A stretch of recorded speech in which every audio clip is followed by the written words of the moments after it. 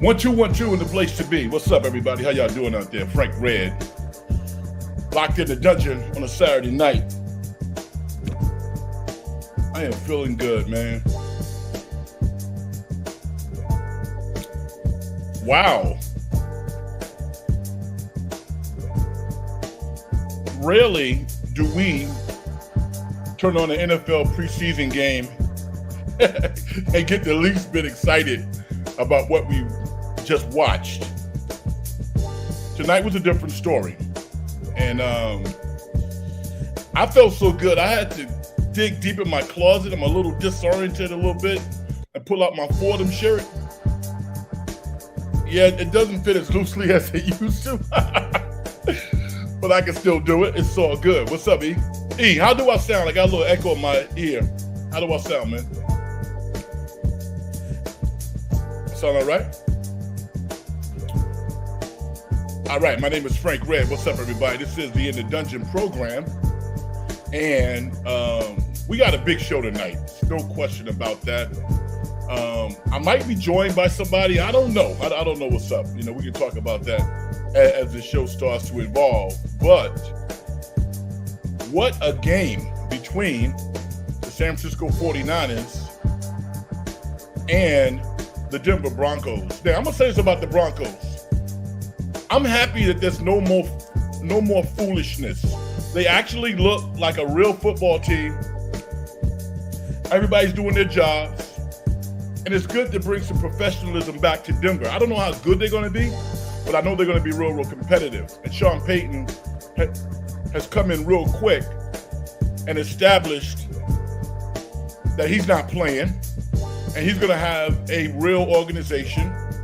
And, Russell Wilson is a Hall of Fame quarterback, right? How soon people forget. I don't know how well he's going to do, but I want to see him look like the person that we saw all those years balling out of control up in Seattle. And if Sean Payton could do that, to me, he's been tremendously successful, because we got people out here questioning whether or not Russell Wilson is even a Hall of Fame quarterback at this point, when the guy is literally a bad call away from being a two-time Super Bowl winning quarterback. How many quarterbacks have won multiple Super Bowls? Not a lot. It's a very small list. But save that for another day. We're going to talk about tonight's game. San Francisco 49ers, Jake Moody, the All-American kicker out of the University of Michigan, has been much maligned in the preseason. He's made all his kicks in practice, but he's missed them in the game. He had to step up and win the game for the 49ers, and he did, but barely. But it did go through the uprights. I'm happy for my man, Jake Moody. I actually like college football, so I watch quite a bit of football on Saturdays. Michigan's one of my favorite teams to watch. And Ronnie Bell got a lot of Debo in him, man. If you watch Ronnie Bell at Michigan, he flashed almost every weekend.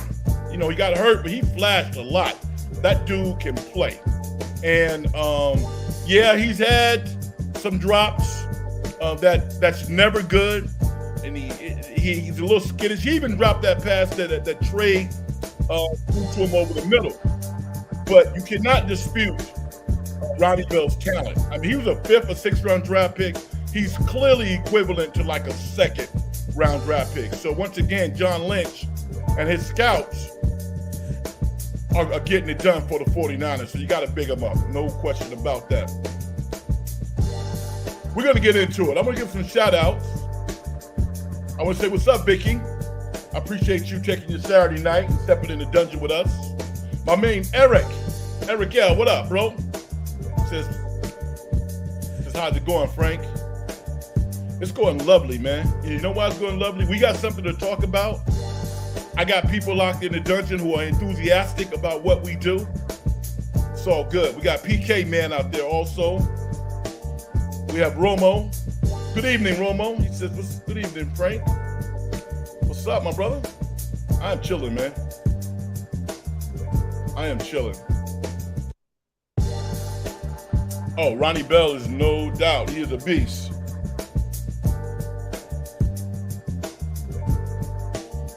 Jay Noobs, what up? Thank you for stepping to the dungeon. I appreciate you. Anybody listening right now who is not subscribed to the program, feel free.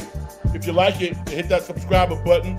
We are on a journey and a path to 100 subscribers, at which time the show is going to change a little bit because we're going to have more guests. But I'm never going to stop talking to you.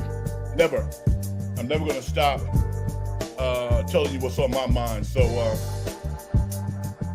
I'm looking forward to doing that tonight. Now, I'm going to give you guys some inside dope. One of your favorite In the Dungeon show participants, SG, right? With all, with all the comments. SG asked me over a month ago. He was like, yo, Red, I'm going to do a pregame show on August 19th. And this might have been like late June or July. And I was like, he said, will you come on my show?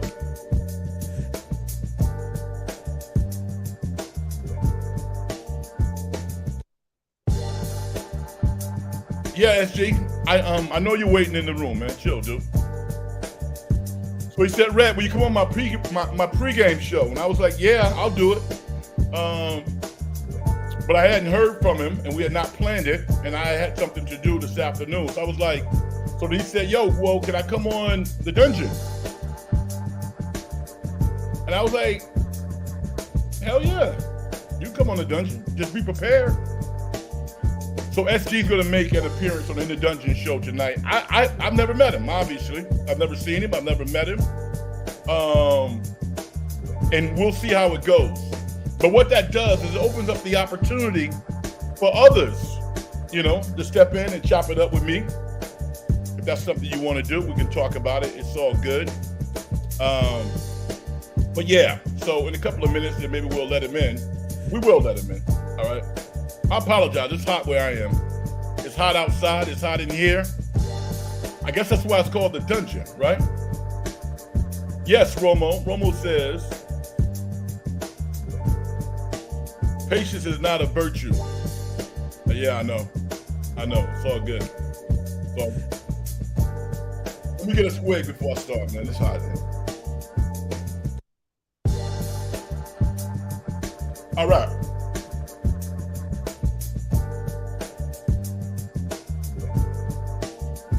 So here's the deal.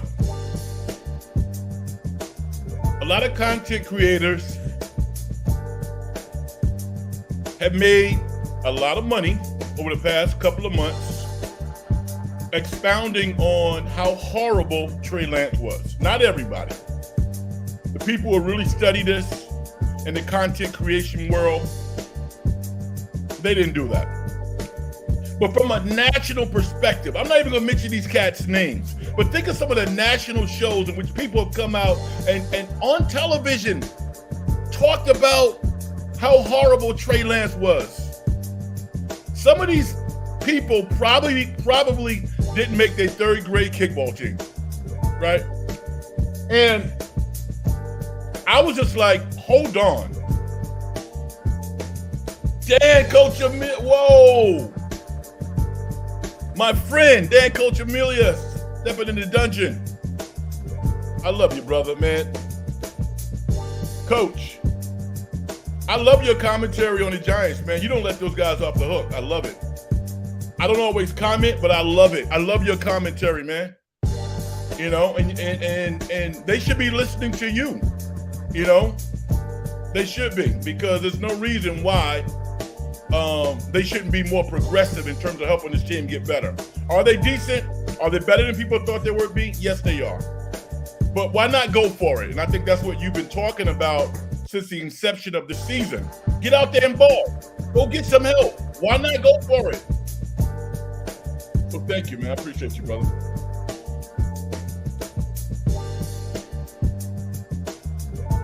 Coach, if ever you invite me to come on your show, I'm there, bro. I'm there. Oh, cool. Dan brought you guys to the dungeon. All right, great, man. Anybody's listening to the program right now who hasn't listened to it before, thank you for stepping in the dungeon. If you like what you hear, hit the subscribe button. And I want to shout out everybody who's been with me from the inception. Because there's been a small number and we've been slowly building. But I tell you what, it's not about the numbers. It's about the passion. It's about the loyalty. It's about the content, hopefully. So we've been having a lot of fun. And if we get more people to join in on it, then that's all good. All right. So I'm going to do something that's really scary. I'm going to let SG in here. SG, what's up, man? You got to show you. I mean, take that thing off, man. Show your face, dude. Come on. Come on, man.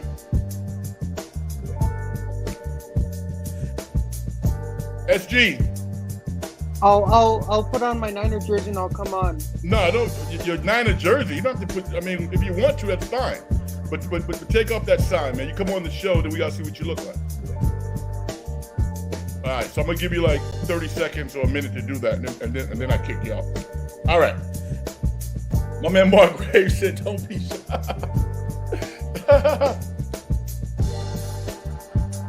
Mark Graves said, "Don't be shy, SG." Frank, are you being rude to saying you're gonna kick me out? No. I'm being funny, man. Take your banner off and just come on the show. Stop playing around. No, I wouldn't do that.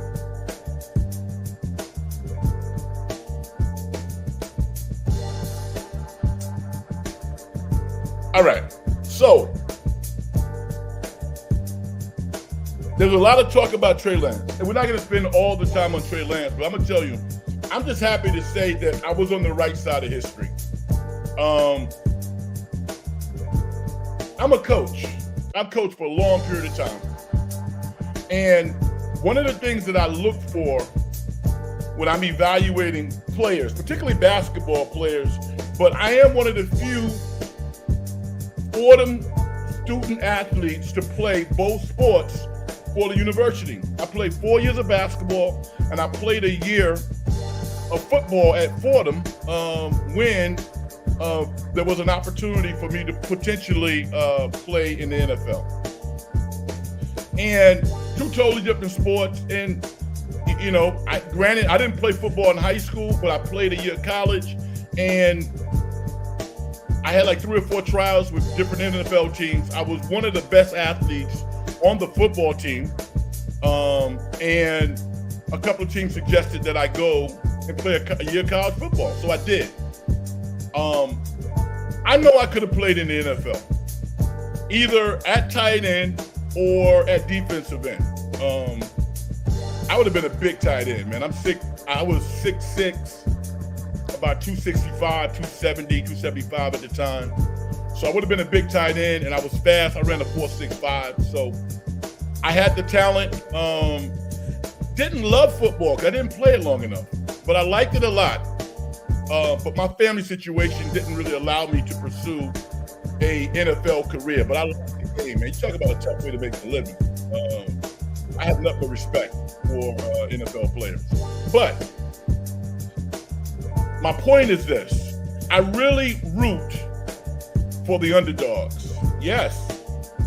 We got people that know Fordham out here. Out here these streets. My man Romo. Frankie Frisch. The Fordham Flash, right? Absolutely. And the great Vince Lombardi went to Fordham, as we know. And I was thinking about this today, just a little broadcast history for you guys, some fun facts. Ryan Russo, the voice of the WNBA, Fordham guy. Mike Breen, the voice of the NBA, Fordham guy. Michael Kay, voice of the New York Yankees, Fordham guy. And Bob Papa, the voice of the New York Football Giants, is also a Fordham guy. So a lot of people have gone to Fordham who've done well behind the mic. So pretty privileged to have, walked the campus of Rose Hill. And I didn't know, but there's an offensive lineman on the San Francisco Giants who went to Fordham. Now, he got a penalty. Somebody help me out. What's his name? All you guys know everything about the Giants. What's his name? Okay. So you can school me on that one. But I want to talk Before I get to Trey Lance, I want to talk about Sam Darnold because I think tonight Sam Darnold, in spite of Trey Lance, I think Sam Darnold solidified himself as the number 2 quarterback behind Brock Purdy. He did everything that you would love for your number 2 quarterback to do. He surveyed the field. He was on time with his passes. He exhibited, I thought, a lot of leadership at the line of scrimmage. He is exactly what the 49ers want. I have no problem with Trey Lance being number 3, okay? And Brandon Allen, I don't know what's going to happen with him. But let's just say this. Okay, there you go. Thank you. I appreciate you, bro. You guys are so smart. Bebop Jones stepping in the dungeon. Nick, what's that? Is it Kelly? Yeah, Big Nick. Fordham guy. Fordham very low key has produced anywhere from 5 to 7 NFL players over the last decade or so. It's amazing. And again, I'm just going to go back to when I played at Fordham. I'm going to say that, like, all of the old Fordham guys love football. And for a long time, football wasn't a prominent sport at Fordham. And then they said, well, we're going to have a resurgence. So the year that I played at Fordham, we were 10-2, right? And because we went 10-2, that riled up the alumni to put millions of dollars back into the program. And all of a sudden, there was a commitment again to football. But if you go back to, the Vince Lombardi days, I mean, Fordham football was gigantic around the country. And then they said, no, we're going to play D3 football and just have a Division I program. But the year that I played football at Fordham, we were 10-2, and that actually started the resurgence. And thusly, it's a solid program, Division 1A, if you will. But they produce a lot of players. They really do. And, I'm a tiny part of that history. Getting back to Sam Darnold. I think he should be number 2. I think he did everything that you want him to do. The only thing that I would say about Sam is tonight, he has a problem when he gets pressure in his face. He does. He's not going to run away from it. Trey Lance ran away from 3 or 4 potential sacks. Now, he kind of threw a couple of passes up for grabs, but he shows you what he can do. Now, from your perspective, what do you do with Trey Lance? Do you have a $9 million number 3 quarterback? Or should he be number 2? Or do you trade him? I'm open to all of that. I know the 49ers really don't want to see him making flash plays on ESPN in another NFL uniform. They don't want that. They've invested in essence, $20 million already? So to see him ascend in another NFL team after they've gone through the drudgery of trying to develop the guy, despite of the injuries, that's not going to be a good look for the 49ers. It's not. So I guess you can rationalize it if they get, a second-round pick? Nobody's going to give them a first. But if they got a second-round pick, would you trade Trey? Laugh out loud. That's Donald. He has the skills, but once he gets pressure, then you see he's not a starter. Right. Now, you know what? Aruku? Hopefully I'm not butchering your name. Is that right? Aruku. I said he's exactly what they wanted in a number 2. That's what I said. I didn't say anything about Sam Darnold being a starter. But I think for what Shanahan wants, he's a good option at number 2. SG, I'm going to give you a minute, dude. Are you going to show your face or no?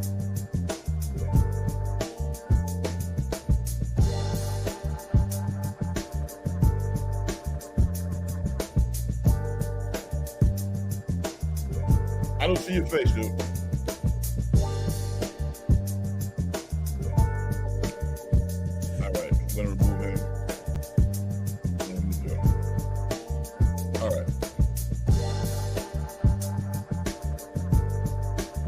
this is kind of weird. This is really weird to me. Because who would do that? Who would allow somebody that they've never seen and never talked to come on their radio show? Not many people would do that. But what I said to SG was, listen, I'm a man of integrity. I missed the opportunity to come on your show. I don't even know if he has a show. But he was going to do a pregame show. I said, yo, I'll do it. And now I invite him on my show, give him the gateway to get in and everything, and he's not even showing his face. That's not cool, man.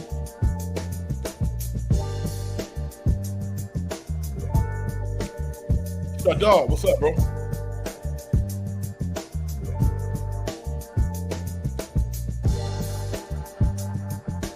One more, who's inconsistent? Who you talking about? You talking about Donald or you talking about Lance?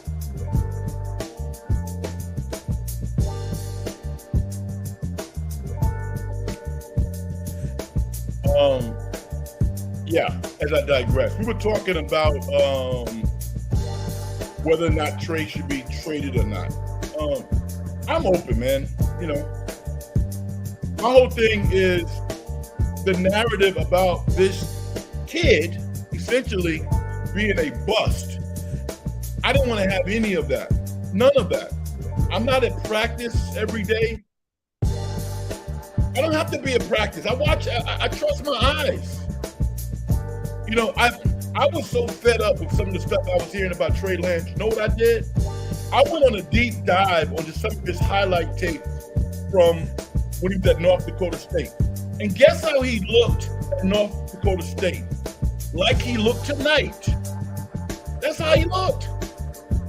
You know, kind of a Fran Tarkenton with tremendous athleticism. He's not to the point where he can see the entire field, but that dude can make plays. He's only going to get better as a passer. I mean, Donald throws a nice ball. Donald is very accurate. Trey Lance throws lasers. An absolute missile. You know? So, it's exciting. I mean, you know, I'm a casual 49er fan. I like him. I want to see him do well. But we have some rabid 49er fans out there. And I'm happy for you. I really am. The 49ers have the best quarterback room in the NFL, as far as I'm concerned. And until they don't, you know, I mean, they might decide to do something with Trey. I can't see them trading Sam Donald. All right, we're going to try it again. I think SG wants to make his appearance. Yo, dude, put your camera on. I saw what you look like. Come on, man. All right. How you doing? Oh, I can't hear you. Can I hear you? I need to get. Can you talk? You don't have a computer? All right, man. This is not good. All right, let's go to my man. It isn't Trey's fault he was drafted so high, right? They are putting expectations upon him that he wasn't ready for yet. He needs more playing time. Where that occurs is something of a mystery. Yeah, you know what's interesting, Romo? Kyle basically said that. Kyle Shanahan, and again, I give Larry Kruger all the credit for this. I think Larry got it from somebody else, but because I check out Larry's stuff, I heard what he said. Larry said that Shanahan, at a press conference one day, said, listen, Trey Lance was drafted number 3. That's not necessarily where his value was at that particular time.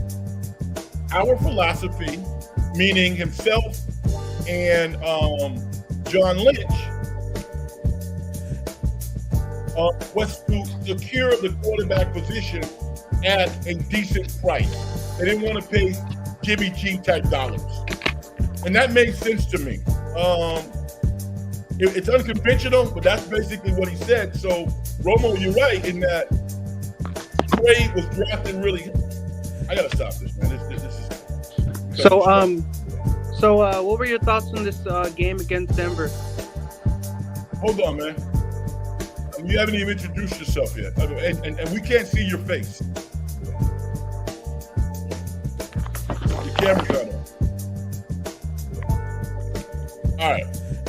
So I just want you to chill now. All right. You're gonna be my guest. All right. All right. And I'm gonna come to you in a second. I mean, you asked me, well, how did I feel about the 49ers game today? We've talked about it now for about 26 minutes. What did you think about what occurred today? I mean, I was pretty impressed by the game overall. I mean, like, it was a pretty impressive game.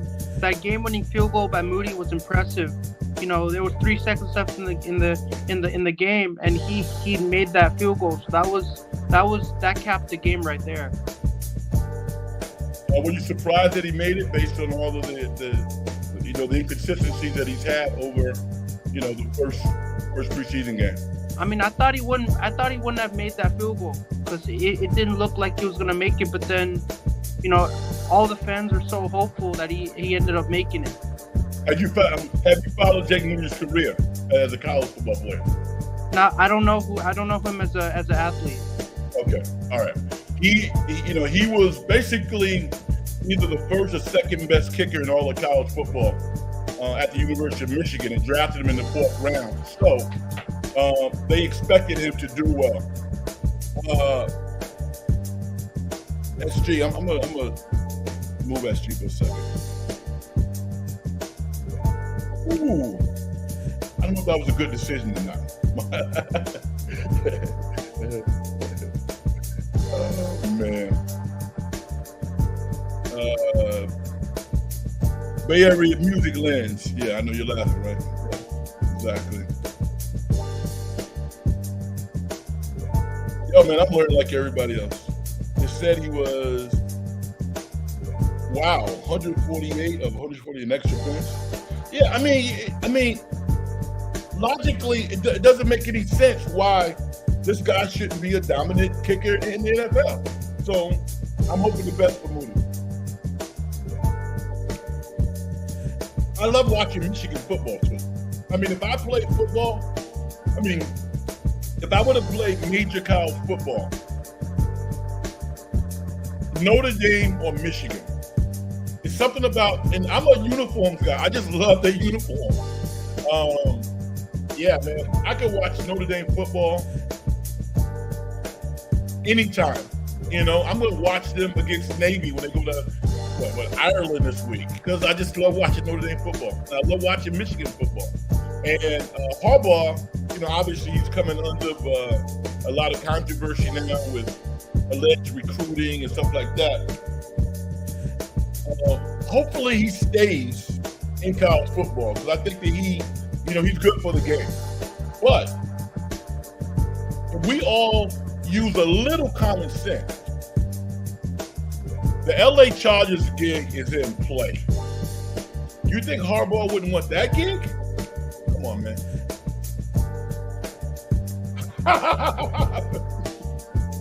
Romo said, poor Frank, experiencing the pain we have every night.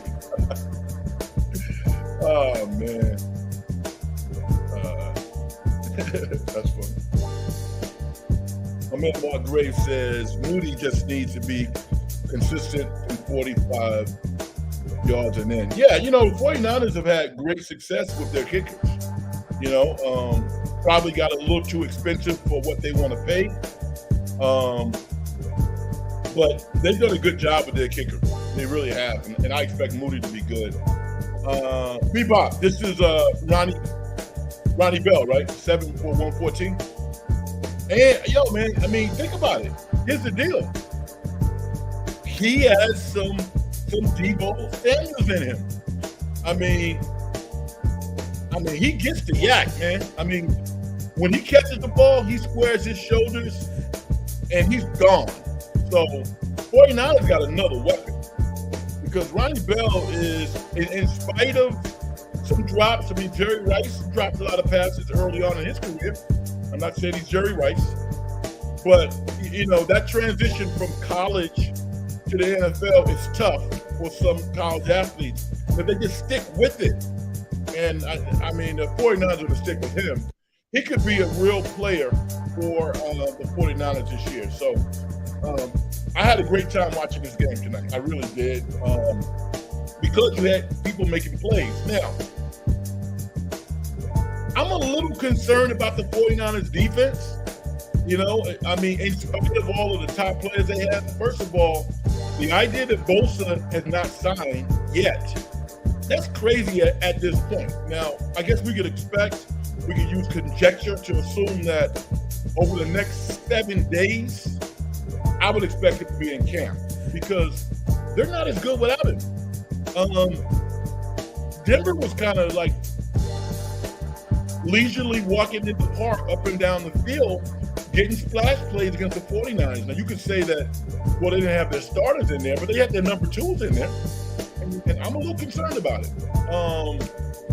I don't know how you feel about it, but I want to see Bosa in camp because if he's rushing the quarterback, they don't have time to make plays over the middle. Or, if a wide receiver makes a mistake, he doesn't have time. If a defensive back makes a mistake, he doesn't have time to recover from a wide receiver running past him. The quarterback's already sacked. So I don't know what that negotiating process is all about, but, a couple of weeks he'll be strapping it up. I think the 49ers are much better, obviously, with Bosa in the lineup. I was happy to see the tight end from Alabama. I don't want to butcher his name, but he has not had a good camp. A lot of people think that he was a miss in the third round. I watched him play at Alabama, and he's a pass-catching tight end who's new to the position, but I think he can play. I do. I don't know if he'll get the opportunity to make the 53 this year in spite of being a third-round pick. I think the 49ers ideally would love to have him on the practice squad.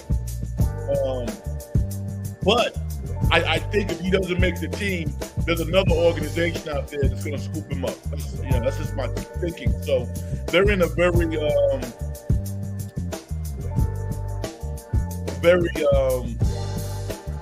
delicate position because they want to develop him. At the same time, they want to make sure that they pick the best 53 players, and it's going to be very competitive.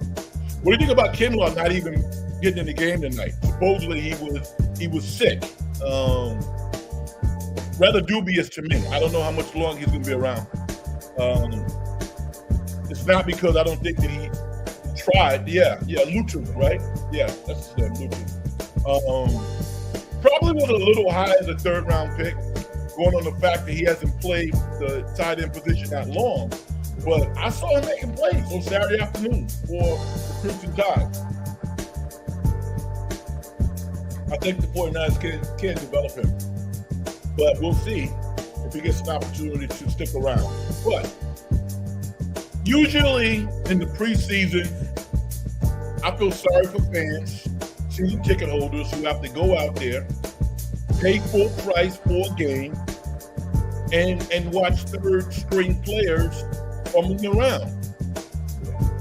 Tonight, that was not the case. That was an excellent NFL game. Despite of the starters not being out there for more than a couple of series, I really enjoyed that game, and I assume you all did as well.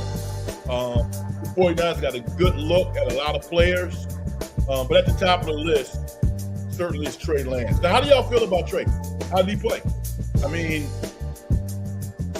his one IAT I thought was a better defensive play than it was a bad offensive play. Now, late in the game, I think he kind of got away with one when he should have thrown it out of bounds on the left sideline, and he should have never thrown that ball anywhere near a wide receiver. So his decision-making is still kind of a problem. And at least early on, if Trey Lance is on the field with the 49ers, the games are probably going to be close for a certain period of time. And then maybe they'll pull away in the third or fourth quarter. But with him playing quarterback, he's not the type of passer at this point that's going to put points on the board in rapid fashion. He's going to build off his confidence. That's the type of player he is. But from a fan's perspective, this dude is exciting. He really is. And I think he's going to get on the field because I think, unfortunately, because Brock Purdy and Sam Darnold are not the most mobile quarterbacks, they're probably going to take some hits. I mean, we saw Sam Darnold's first 6 years before our eyes when he got sacked twice tonight. If you keep him clean, if you keep Sam Darnold clean, he's good. He's real good. He could actually win some games. Actually, before the show tonight, it was actually this morning, I did an experiment. Now, this is my unconventional experiment, all right? This is what I said. If you take the three, and I'm not counting Allen, but if you take the three quarterbacks, 1, 2, and 3, the 49ers, if Brock Purdy starts 17 games, which is unrealistic, but if he started 17 games, I think he's capable of winning 12 to 13 games. It would not surprise me if the 49ers were 13-4 if he started all 17 games. Now, if Sam Darnold started all 17 games, I think he went 12. He went 12 games, 11-12. If Trey Lance started all 17 games for the 49ers, I think he would win 11 or 12 games. So the scuttlebutt about how horrible he is ridiculous. Even Sam Darnold, this team is so balanced. The quarterback is, maybe the 10th best player on the team right now. I'm not saying what potential is. But the quarterback position in the 49ers is probably somewhere between 8 and 10 in terms of players who are important. In spite of the quarterback being, the most important position at that particular time, those guys are interchangeable. You saw Sam Darnold play tonight. You think the 49ers can't win 11, 12 games with Sam Darnold? They can. And they can win 11 or 12 with Trey Lance as well. I think Brock Purdy, because he knows the offense, and he's more instinctive with the football, I think 12 or 13 wins is probably what he could do. All right, let's go ahead. My man, Brian Iglesias, man, you've been loyal. I appreciate you, brothers. What's up, Frank? Speaking the truth, as always, Trey looked bad early. One, the screen pass, oh my God. Pick was not good, but he bounced back in a major way.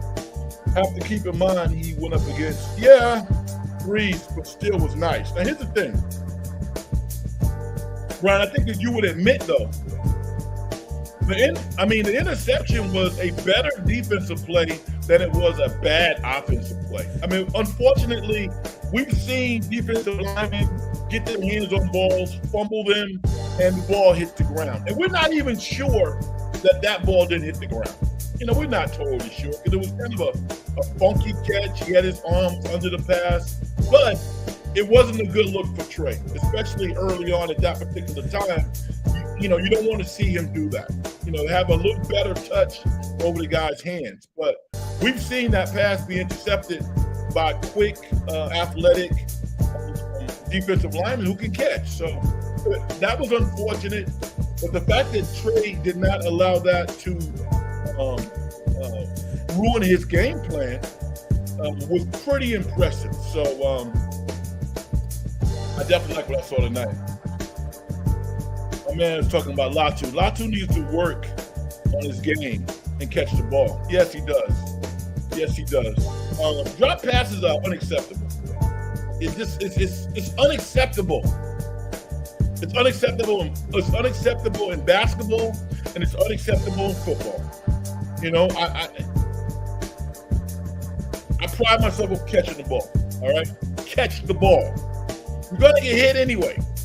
If you don't want to take the punishment, you shouldn't be playing. Go somewhere else.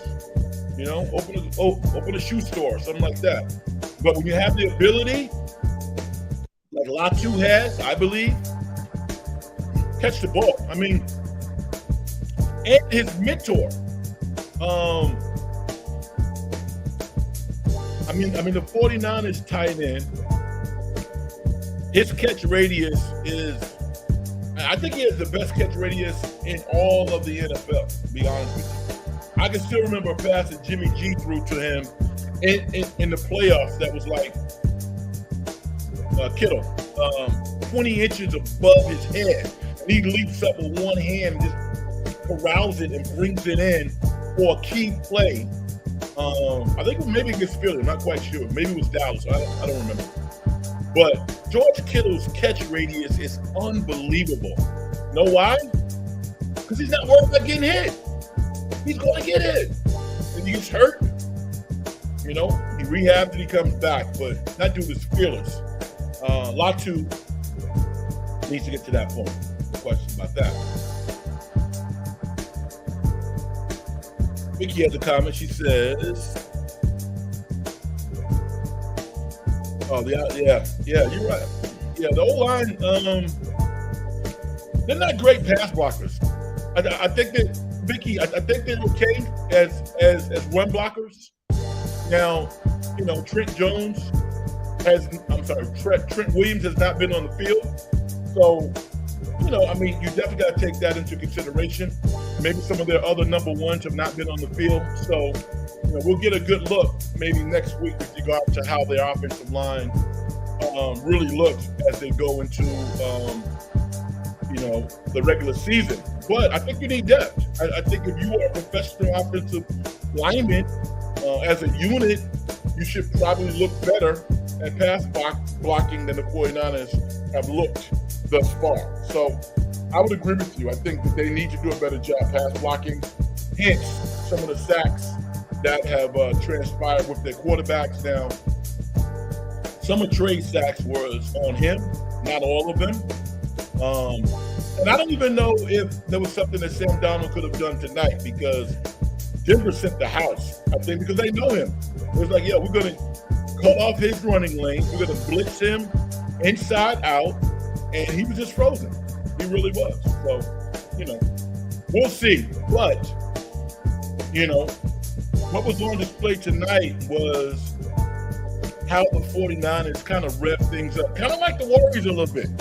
The Warriors can get to a position in the game when the tide starts to turn and the momentum turns, and you can feel that energy starting to bend in their direction. The 49ers have that, and I think that was on display tonight. They started making plays, and the energy level just went way low. So as a football fan, I was happy to see that. All right, my name is Frank Red, everybody.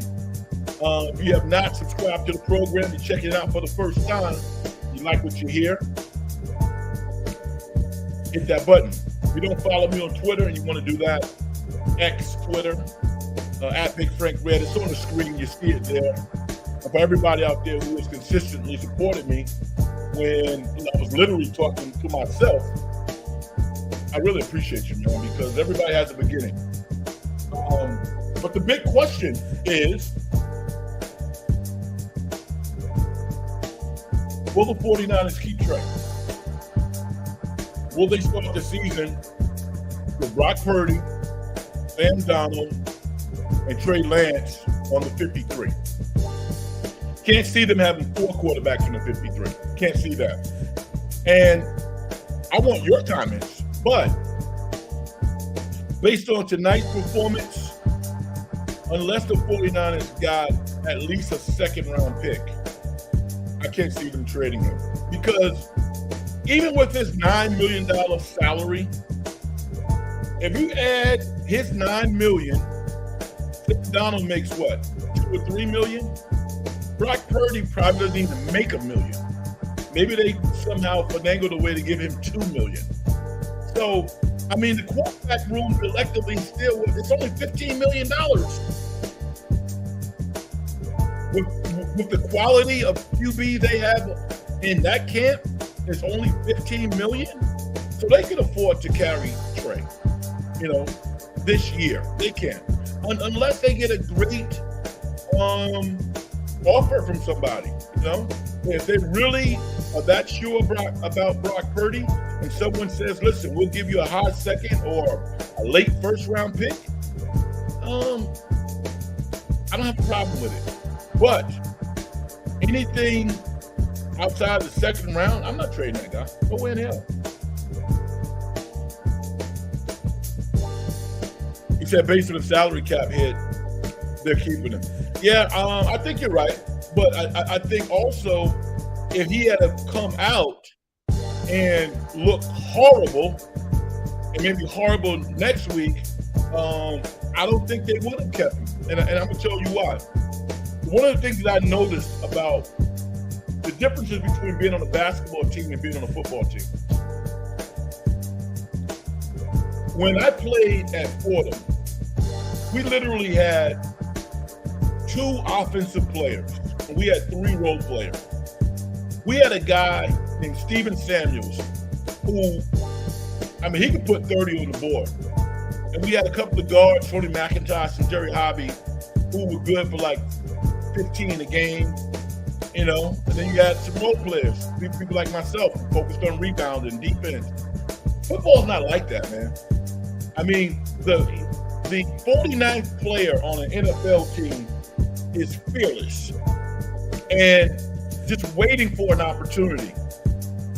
And, when they talk about the 53-man lineup, everybody knows who are the best players.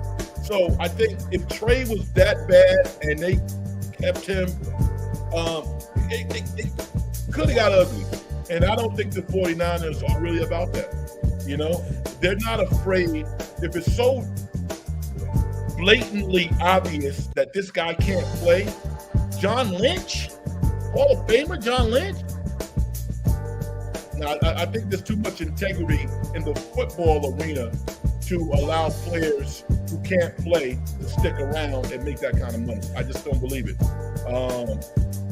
Maybe the bean counters may have something else to say, but things seemingly are working out now to the point where, Trey's starting to prove himself. Although he didn't have to prove anything to me. You can look at every tape, you can look at every Twitter rant that I've had. I've always thought that the guy could play. I just think he needs time. And is he a finished product right now? No, he's not. But he has potential. I've seen nothing in his body language that says that I'm living with all these bad plays. I was really happy for him. I was happy for Trey Lance tonight. At the same time, I was equally happy for Sam Darnold, a guy who could have, faded off into the sunset. He's made enough money. He's still young enough. But he obviously likes football, and he wants to go out there and prove that he can play. I love that. Even just like Haas, Jerry Haas for Detroit. Who thought that he would turn his career around in Detroit? Nobody. Nobody thought about that, except maybe him and his parents. And I'm so happy for that guy. They might be able to get something for Donald. Not a lot. What are they going to get for him? 5th round pick, 6th round. I think where Sam Darnold becomes more valuable is in the regular season if somebody gets hurt. If somebody gets injured or hurt and they know he can step in and play quality NFL football, then I think, yeah, he's a solid number 2. Look at the number 2 quarterbacks around the NFL. Look at those guys. Some of them you can't even name. You got Trey Lance as potentially a 3rd string quarterback. It's amazing. It really is. So yeah, good day in San Francisco 49er land. They were able to, come back and win a meaningless on the scoreboard game against the Denver Broncos, 21-20. Jake Moody, rookie kick out of Michigan, won the game barely. but he got it through the uprights. We saw people flashing all over the field. Certainly Ronnie Bell, a 5th-round pick, I believe, out of Michigan. He looked like a guy who, he looked like a 2nd-round pick. Not a first because he dropped too many passes, but he looks like a guy who's a 2nd-round pick to me. And I think we all saw what we needed to see out of Trey Lance and certainly Sam Donald. So that was a good look. What's up? I'm Frank Red, everybody. If you are new to the program, hit me up.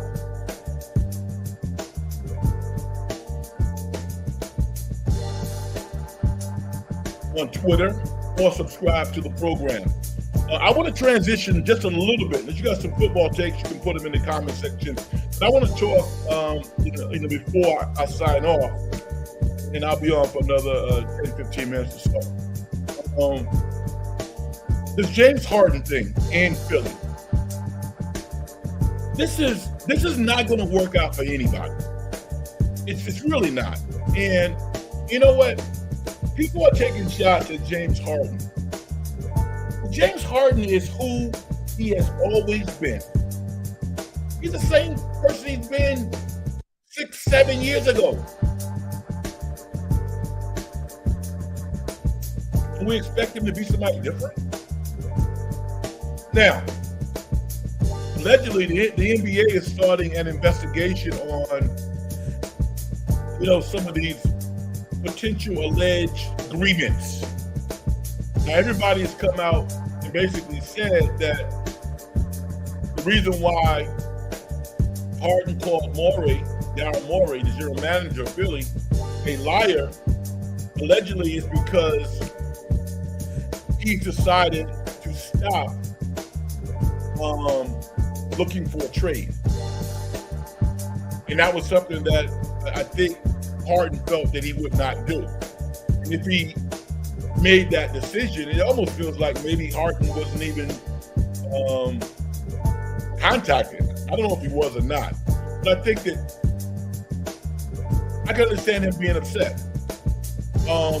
The money deal with regards to Harden going to Philly, taking less money last year, so they could go out and sign other players, and then all of a sudden this year they decide that they're not going to offer him a max contract or maybe any contract. I can see Harden being upset by that, but at the same time, that happens in business. Unfortunately, people renege, people show colors, to do what's best for them. So I get that. But if you're James Harden and people are telling you that, well, we're not going to offer you a long-term contract, essentially because you're too old. You go out there and have the best year that you've ever had. That's incongruent. That's not a line. And I'm going to tell you why it's not a line. Because no one's going to give Harden a long-term deal if it's not Philly. So you expect Harden to come in, take less money, give money up. You tell him, oh, okay, we'll trade you. Then you say, we're not going to trade you. But come into camp and have the best year that you've ever had before. Oh, by the way, we can't extend you a contract now. But come on in and help us win a championship. Do anybody think Harden really cares about winning the championship? I don't think so. I don't think that's I don't think that's number one in his priority. I think he wants to play well, and he has a track record of success on the court. But winning a championship? I don't think so. Philly is not looking great at this point. I'm gonna tell you why. Let's not talk about Harden for a second. They didn't even pay Tyrese Maxey this year. Jordan Poole got paid. Tyler Hero got paid. Halliburton got paid. And they told Maxey, no, we want you to chill. No.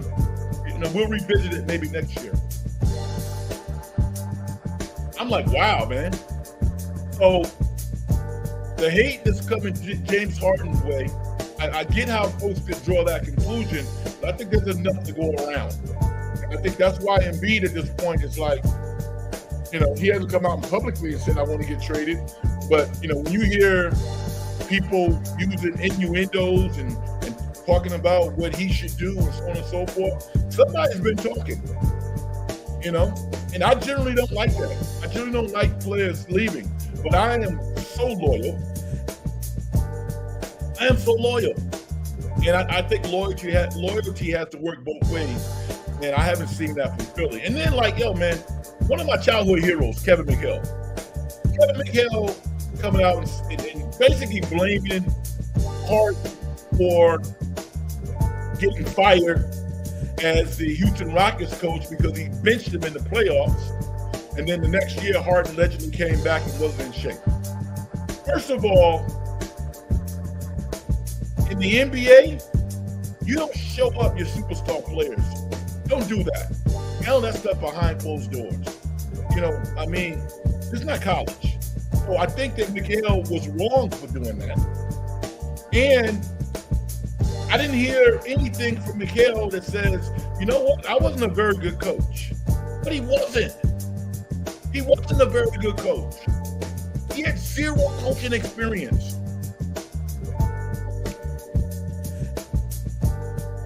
So, I don't like that coming from Kevin McHale because I love Kevin McHale as a player. I have so much respect for him. But I watch coaches. I know who the good coaches are. Kevin McHale was not a good coach. Was he a horrible coach? No. Would he have gotten better over time? Yes. If I am an NBA Hall of Fame type player and my coach, who has not distinguished himself at all, is going to have the audacity to bench me, I'm not going to be happy about that either. Now, will I come back out of shape the next year? No, probably not. But I think for Kevin McHale to be a part of the chorus now, with this controversy, it's kind of weak. I don't like that. That's how I feel about it.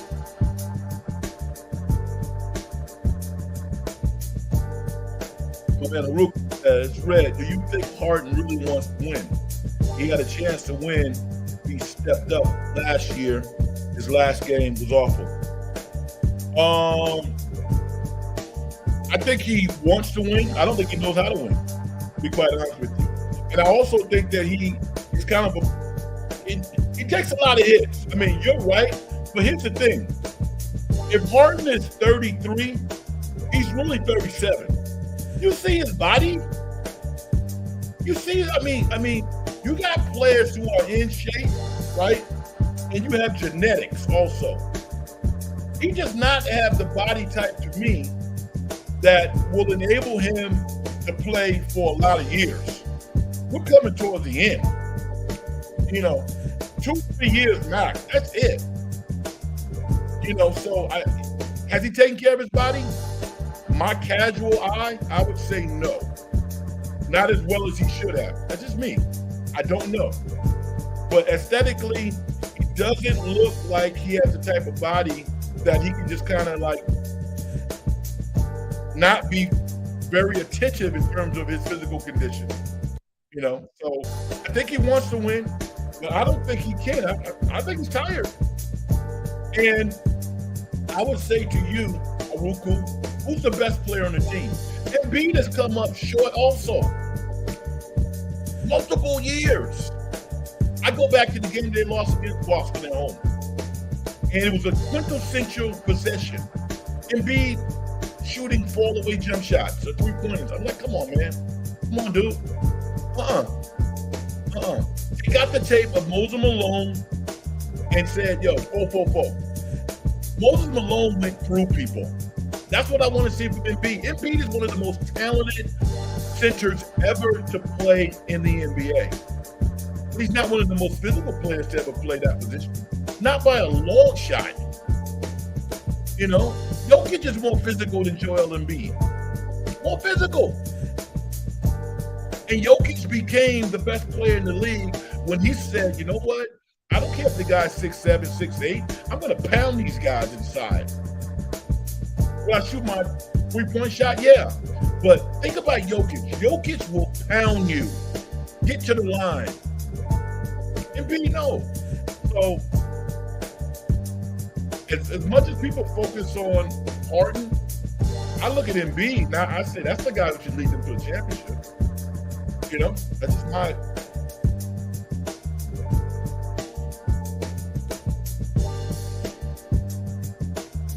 I'm not familiar. I don't know what you're talking about there.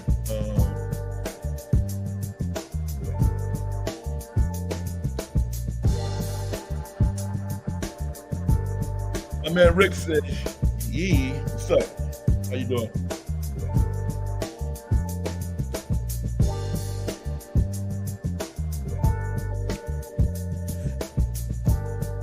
I was reading a comment from SG. SG's back watching the show.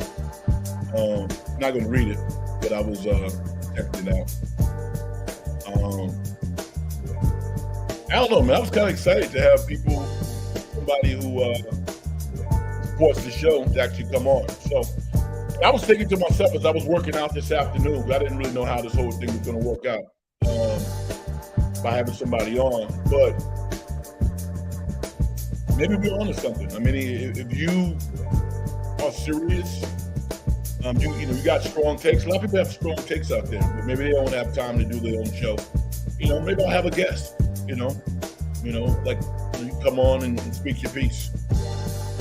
So if you're ever interested in coming on for one time, then let me know. Then maybe we can do something. I spent a lot of time conversing back and forth today, and it didn't necessarily work out the way that I had hoped that it would. With that said, this has been really fun to talk about something that we care about on a Saturday night. I mean, I never thought that I would be this jacked up to come in and talk about a preseason NFL game. But yeah, that 49er Bronco game was good. And I got some concerns about the 49ers defense. I do. Because I think defenses, based on what I've seen in the preseason, defenses are ahead of the offense. I'm really excited. I'm gonna bounce around a little bit, but I'm really excited about Bryce Young, man. I love watching him play football. Now he's only throwing 4 or 5 times, but that dude is an absolute computer. I don't think Carolina Panthers are going to win more than 9 games, 10 games, max. And maybe winning 10 games in that division is enough. Although Derek Carr's been flashing. He's been looking really, really good. So you look at that New Orleans team, and you would think that maybe they can win 11, 12 games and win that division. But Tampa Bay's not going to be very good. Atlanta's not going to be very good. Charlotte, I mean, why not? I mean, they have a really talented quarterback. So that division is up for grabs. New Orleans is the best team, but I think any one of those 3 teams that I mentioned, meaning not Atlanta, I think anybody else could possibly win.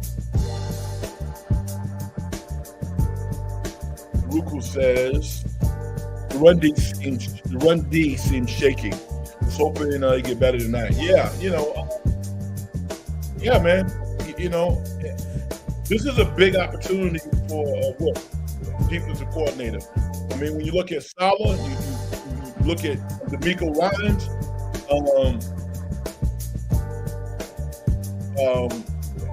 Did I say his name right? Coach of Titans, their former defensive coordinator. Those guys are head coaches now. So, the defensive coordinator position for the 49ers has been a rocket ship.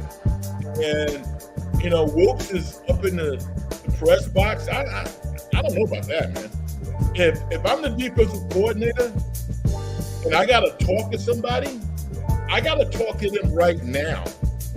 And it might be a different conversation face-to-face versus through a headset.